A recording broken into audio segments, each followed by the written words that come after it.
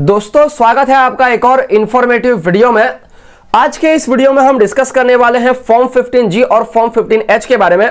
अगर आपका किसी बैंक में एफडी है एंड वहां पे इंटरेस्ट इनकम के ऊपर अगर आपका टीडीएस कटता है या तो पोस्ट ऑफिस के इनकम के ऊपर अगर आपका टीडीएस कटता है तो फॉर्म 15G या तो फॉर्म 15H को सबमिट करके वो टीडीएस को कटने से आप बचा सकते हैं। तो आज के इस वीडियो में हम यही डिस्कस करेंगे कि ये फॉर्म 15G और फॉर्म 15H है क्या, कौन कौन से लोग फॉर्म 15G फॉर्म 15H को सबमिट कर सकते हैं, यहाँ पे क्या कंडीशंस है, किस कंडीशंस में आप सबमिट नहीं कर सकते हैं, इस चीज को डिस्कस करेंगे। फिर यहाँ पे एट द एंड हम एक एग्जांपल को भी डिस्कस करेंगे जिसके हेल्प से आप फॉर्म 15G या तो जो फॉर्म 15H है उसको और भी अच्छे तरीके से समझ जाएंगे। तो आज की जो ये वीडियो है वो काफी इंटरेस्टिंग, काफी नॉलेजेबल है। आपसे रिक्वेस्ट ये है दोस्तों कि वीडियो पूरा एंड तक देखना ताकि कोई भी इंपॉर्टेंट पॉइंट मिस ना हो जाए।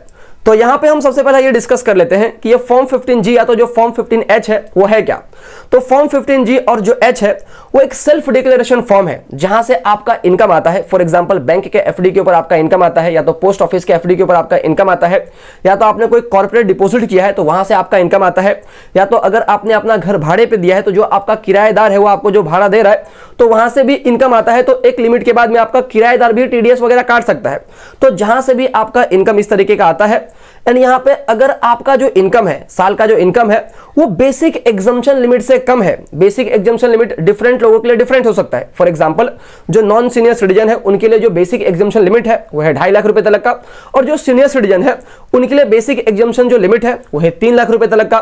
तो यहाँ पे फॉर्म 15G और फॉर्म 15H को सबमिट करके आप सामने वाले को सेल्फ डिक्लेयर करते हैं। सामने वाले को आप ये बताते हैं कि आप जो हमें इनकम दे रहे हैं उसके ऊपर टीडीएस ना काटे क्योंकि हमारा जो साल का इनकम है वो बेसिक एग्जम्पशन लिमिट से कम है। तो इस तरीके से आप ये फॉर्म को सबमिट करके टीडीएस कटवाने से बचा सकते हैं। यहां पे अब हम ये भी डिस्कस कर लेते हैं कि कौन कौन से लोग फॉर्म 15G और फॉर्म 15H को सबमिट कर सकते हैं और यहाँ पे जो लोग हैं वो कब इस फॉर्म को सबमिट कर सकते हैं। तो सबसे पहले अगर मैं फॉर्म 15G के बारे में बात कर लूं तो यहाँ पे फॉर्म 15G के बारे में बोला गया है कि कोई भी रेसिडेंट इंडियन जिनका उम्र 60 साल से कम है वो लोग इस फॉर्म को सबमिट कर सकते हैं, या तो कोई HUF है या तो कोई ट्रस्ट है तो वो लोग भी इस फॉर्म को सबमिट कर सकते हैं। अब यहाँ पे कब ये लोग इस फॉर्म को सबमिट कर सकते हैं, कब कर सकते हैं, तो उसके लिए 2 कंडीशंस है। सबसे पहला बोला गया है कि इनका जो टोटल इंटरेस्ट इनकम है वो इनके बेसिक एग्जम्पशन लिमिट से कम होना चाहिए। तो यहाँ पे जो नॉर्मल पर्सन है जिनका उम्र 60 साल से कम है उनके लिए बेसिक एग्जम्पशन लिमिट कितना है, तो वो है 2.5 लाख रुपए का। तो यहाँ पे फॉर्म 15G के केसेस में अगर आपका एज 60 साल से कम है तो आप फॉर्म 15G को सबमिट कर सकते हैं। लेकिन कंडीशंस क्या है, तो पहला कंडीशन ये है कि आपका जो टोटल इंटरेस्ट इनकम है वो आपके बेसिक एग्जम्पशन लिमिट से कम होना चाहिए, और दूसरा कंडीशन ये है कि आपका जो फाइनल टैक्स लायबिलिटी है वो 0 होना चाहिए। एंड इस चीज को हम अभी आगे एग्जाम्पल के थ्रू भी समझेंगे। तो फॉर्म 15G आपको क्लियर हो गया होगा। अब यहाँ पे हम ये डिस्कस कर लेते हैं कि फॉर्म 15H को कौन कौन से लोग सबमिट कर सकते हैं। तो यहाँ पे बोला गया है कि यहाँ पे कोई भी रेसिडेंट इंडियन जिनका उम्र 60 साल के ऊपर है वो लोग इस फॉर्म को सबमिट कर सकते हैं। तो यहाँ पे फॉर्म H के केसेस में जो रेसिडेंट इंडियन सीनियर सिटीजन है वो लोग इस फॉर्म को सबमिट कर सकते हैं। अब ये लोग कब इस फॉर्म को सबमिट कर सकते हैं, तो उसके लिए यहाँ पे एक ही कंडीशन है। यहाँ पे बेसिकली मैंने 2 लिखा है लेकिन एक ही कंडीशन है। यहाँ पे सबसे पहला वाले में क्या बोला गया है कि हैविंग एनी इंटरेस्ट इनकम, यानी कि इनका कोई भी इंटरेस्ट इनकम हो, 2.5 लाख से कम हो, 2.5 लाख से ज्यादा हो, उससे कोई फर्क नहीं पड़ता। यहाँ पे बिलो एग्जम्पशन लिमिट वाला या तो अबव एग्जम्पशन लिमिट वाला कोई भी यहाँ पे कंडीशंस नहीं है। यहाँ पे इनका इंटरेस्ट इनकम कुछ भी हो तो भी ये लोग इस फॉर्म को सबमिट कर सकते हैं। यहाँ पे जो बेसिक एग्जम्पशन लिमिट का केसेस था वो था जो नॉर्मल पर्सन है फॉर्म 15G वाले लोगों के लिए ही था। यहाँ पे फॉर्म 15H वाले लोगों के लिए कोई भी बेसिक एग्जम्पशन लिमिट का कोई भी कंडीशंस नहीं है। तो यहाँ पे आपका इंटरेस्ट इनकम कुछ भी हो आप फॉर्म 15H को सबमिट कर सकते हैं, बशर्ते यहाँ पे एक कंडीशन इंपॉर्टेंट वाला ये है कि आपका जो फाइनल टैक्स लायबिलिटी है वो 0 होना चाहिए। यानी कि आपका इंटरेस्ट इनकम कुछ भी हो कोई भी फर्क नहीं पड़ता, आपका फाइनल टैक्स लायबिलिटी 0 होना चाहिए। आप फॉर्म 15H को सबमिट कर सकते हैं। और फॉर्म 15G के केसेस में आपका जो टोटल इंटरेस्ट इनकम है वो बेसिक एग्जम्पशन लिमिट यानी कि 2.5 लाख रुपए से कम होना चाहिए, और यहाँ पे फाइनल टैक्स लायबिलिटी भी आपका 0 होना चाहिए। तो यहाँ पे फॉर्म 15G के केसेस में 2 कंडीशंस है और फॉर्म 15H के केसेस में सिर्फ एक ही कंडीशन है। अब इस चीज को हम सिंपली एग्जाम्पल के थ्रू भी डिस्कस करेंगे। तो यहाँ पे अब हम एग्जाम्पल के हेल्प से भी समझ लेते हैं कि कौन कौन से लोग फॉर्म 15G और फॉर्म 15H को सबमिट कर सकते हैं और कौन से लोग नहीं कर सकते हैं। तो यहाँ पे मैंने 4 तरीके का एज ग्रुप लिया है। मान के चल रहा हूं कि किसी पर्सन का एज है 30 साल, किसी का है 50 साल, किसी किसी का है 62 ईयर, या तो किसी का है 68 ईयर। देखते हैं कि किस कंडीशंस में क्या होता है। और यहाँ पे इनकम के तौर पे मैंने 3 तरीके का इनकम लिया है, सैलरी या तो पेंशन इनकम, या तो रेंट रिसीव, या तो एफडी के ऊपर इंटरेस्ट यहाँ पे मिल सकता है। तो यहाँ पे अलग अलग तरीके के लोगों को अलग अलग तरीके का इनकम मिल रहा है। जहाँ पे मैं सिंपली ग्रॉस टोटल इनकम के ऊपर आता हूँ। यहाँ पे जो भी ऊपर का इनकम है आपको सिंपली जोड़ देना है। तो जो पर्सन का एज है 30 साल, उसका जो ग्रॉस टोटल इनकम है वो है 2,60,000 रुपया। अगर किसी पर्सन का एज है 50 साल, तो उसके ग्रॉस टोटल इनकम को हमने 3,20,000 टोटल करके लिखा है। फिर जिनका उम्र 62 ईयर है, उनका ग्रॉस टोटल इनकम है 2,90,000। और जिसका जो एज है वो 68 ईयर है, उसका ग्रॉस टोटल इनकम है 4 लाख रुपीस। उसके अलावा यहाँ पे आपका जो भी ग्रॉस टोटल इनकम होता है, उसके अंदर आपको कोई सेक्शन 80 के तहत डिफरेंट टाइप ऑफ डिडक्शन मिलता है। लेकिन मैंने यहाँ पे सेक्शन 80 का लमसम में डिडक्शन ले लिया है। मैं डिफरेंट सेक्शंस के ऊपर नहीं जा रहा। तो मान के चलते हैं कि जो लोग जिनका उम्र 30 साल है, उनको 50,000 रुपए का डिडक्शन मिला है। जिनका उम्र 50 साल है, उन्होंने कहीं पे पैसा इन्वेस्ट किया है जहां पे उनको 1 लाख रुपए का डिडक्शन मिला है। और यहाँ पे जिनका उम्र 62 ईयर है, उन्होंने कहीं पे भी पैसा इन्वेस्ट नहीं किया है, इसके लिए यहाँ पे डिडक्शन में कुछ भी मैंने नहीं लिखा है। और जिनका उम्र 68 ईयर है, वो हम मान के चल रहे हैं कि उन्होंने 1,20,000 रुपए का ऐसा इन्वेस्टमेंट किया है जहां पे उनको सेक्शन 80 के तहत डिडक्शन मिला है। तो ये मैंने डिडक्शन भी यहाँ पे ले लिया। फिर यहाँ पे ग्रोस टोटल इनकम के अंदर से डिडक्शन को माइनस करने के बाद में आपका टैक्सेबल इनकम निकल के आता है। तो यहाँ पे जिनका उम्र 30 साल है, उनका टैक्सेबल इनकम है 2,10,000 रुपया। और जिनका उम्र 50 साल है, उनका टैक्सेबल इनकम है 2,27,000 रुपीस। और जिनका उम्र 62 ईयर है, उनका टैक्सेबल इनकम है 2,90,000। और जिसका उम्र 68 ईयर है, उनका टैक्सेबल इनकम है 2,80,000। उसके अलावा यहाँ पे अगर मैं बेसिक एग्जम्पशन लिमिट की बात कर लूँ, तो यहाँ पे जो भी पर्सन जिनका एज 60 साल से कम होता है, उनका जो भी बेसिक एग्जम्पशन लिमिट है वो है 2.5 लाख रुपए तक का। तो उनका 2.5 लाख रुपए तक का जो भी इनकम होगा वो बिल्कुल टैक्स, 2.5 लाख रुपए तक के इनकम के ऊपर कोई भी टैक्स नहीं लगेगा, वो बिल्कुल एग्जेम्प्ट होगा। तो यहाँ पे जो किसी पर्सन का एज है 30 साल, तो उनका तो उम्र 60 साल से कम हो गया, तो इनके लिए बेसिक एग्जम्पशन जो लिमिट होगा वो होगा 2.5 लाख रुपए का। और जिनका उम्र 50 साल है, वो भी 60 साल से कम है, तो उनका भी बेसिक एग्जम्पशन लिमिट 2.5 लाख रुपया होगा। और यहाँ पे जिनका उम्र 62 ईयर, जो लोग 60 साल के ऊपर है, उनके लिए जो बेसिक एग्जम्पशन लिमिट है वो है 3 लाख रुपए का। तो यहाँ पे मैंने दोनों कॉलम में 3 लाख रुपया लिख दिया। तो यहाँ पे टैक्सेबल इनकम में से बेसिक एग्जम्पशन लिमिट को हम माइनस करेंगे तो हमारा नेट टैक्सेबल इनकम बनेगा। तो यहाँ पे हमें 2,10,000 रुपए का हमारा इनकम है, जहां पे हमें एग्जम्पशन कितने का मिल रहा है, 2.5 लाख रुपए का।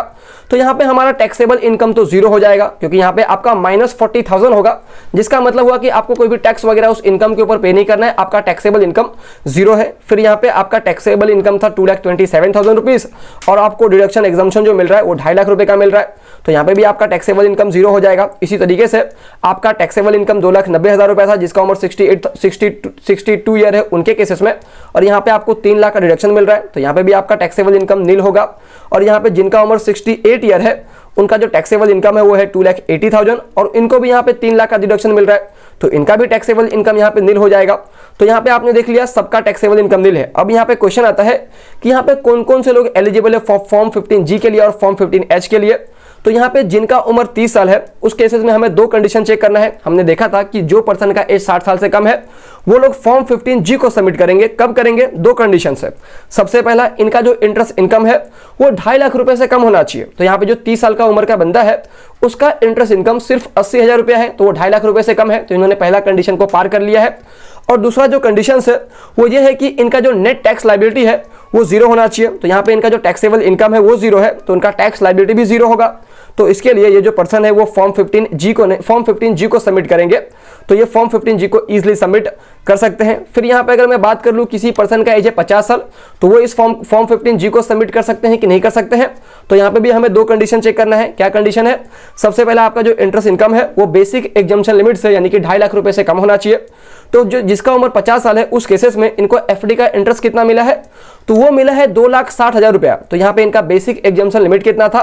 तो वो था सिर्फ 50,000 रुपया। तो यहाँ पे पहला कंडीशन को ये फुलफिल नहीं कर रहे हैं, तो इसके लिए ये एलिजिबल नहीं होंगे, ये फॉर्म 15G को सबमिट नहीं कर सकते हैं। तो इस चीज को भी आपको ध्यान में रखना है। फिर यहाँ पे अगर किसी पर्सन का एज है 62 ईयर, तो वो हो गए सीनियर सिटीजन। तो इनके केसेस में सिर्फ हमें एक ही कंडीशन को चेक करना था कि इनका जो टैक्स लायबिलिटी है वो जीरो होना चाहिए। तो यहाँ पे जो इनका टैक्सेबल इनकम है वो जीरो है, तो इनका टैक्स लायबिलिटी भी जीरो होगा। तो यहाँ पे ये फॉर्म 15H को सबमिट कर सकते हैं। बेसिकली जिनका उम्र 60 साल से कम है वो फॉर्म 15G को, और जिनका उम्र 60 साल से ज्यादा है वो फॉर्म 15H को सबमिट करेंगे। तो 62 ईयर का जो बंदा है वो फॉर्म 15H को सबमिट करेगा। उसके अलावा यहाँ पे आप ये भी देख सकते हैं कि अगर किसी पर्सन का एज है 68 ईयर, तो यहाँ पे हमें एक ही कंडीशन चेक करना था कि इनका जो टैक्स लायबिलिटी है वो जीरो होना चाहिए। तो इनका भी टैक्सेबल इनकम नील है, तो इनका टैक्स लायबिलिटी डेफिनेटली जीरो होगा। तो ये भी फॉर्म 15H को सबमिट कर सकते हैं। तो आई होप कि आपको ये जो एग्जाम्पल है वो ईजी तरीके से समझ में आ गया होगा। यहाँ पे अब कुछ लोगों का एक और क्वेश्चन होगा कि आपको ये जो फॉर्म्स है वो कभी सबमिट करना चाहिए। तो यहाँ पे अगर आप फॉर्म 15G और H के लिए एलिजिबल है तो आपको हर एक फाइनेंशियल ईयर में ये फॉर्म को सबमिट करना चाहिए। Beginning of the financial year यानी कि अप्रैल के महीने में अगर आप ये फॉर्म को सबमिट करेंगे तो टीडीएस कटने से पहले अगर आपका फॉर्म सबमिट होगा तो उस केसेस में टीडीएस नहीं कटेगा। और यहाँ पे अगर आप ये फॉर्म को लेट सबमिट करेंगे तो हो सकता है बैंक आपका टीडीएस ऑलरेडी काट चुका होगा। तो यहाँ पे अगर आपका टीडीएस ऑलरेडी कट गया है या तो आपने फॉर्म वगैरह सबमिट नहीं किया है या तो लेट सबमिट किया है, तो उस केसेस में अगर आपका टीडीएस ऑलरेडी कट चुका है तो आपको आपका इनकम टैक्स रिटर्न फाइल करना होगा। यानी यहाँ पे जो भी टीडीएस वगैरह कटा है वो पैसे को आप वापस से रिफंड यहाँ पे ले सकते हैं। तो इस तरीके से आप चाहे तो फॉर्म 15G/H को अप्रैल के महीने में पहले ही सबमिट कर देंगे तो टीडीएस कटने से पहले सबमिट होगा तो अच्छा है, या तो टीडीएस कट जाएगा तो आपको आपका ITR फाइल करके रिफंड वहां से मिल सकता है। तो दोस्तों यही थी पूरी की पूरी वीडियो। उम्मीद करता हूं आपको फॉर्म 15G और फॉर्म 15H का जो कॉन्सेप्ट है वो समझ में आ गया होगा। तो अगर आपको इस वीडियो से वैल्यू मिला है तो वीडियो को जरूर लाइक करना, चैनल को सब्सक्राइब करना और इस वीडियो को अपने फैमिली, फ्रेंड, रिलेटिव के साथ में जरूर शेयर करना जिनको इस वीडियो की जरूरत है उनके साथ में। और यहाँ पे अगर आपका कोई डाउट है या तो आप मुझे कोई टॉपिक सजेस्ट करना चाहते हैं तो भी नीचे कमेंट करके जरूर बताना। जय हिंद दोस्तों।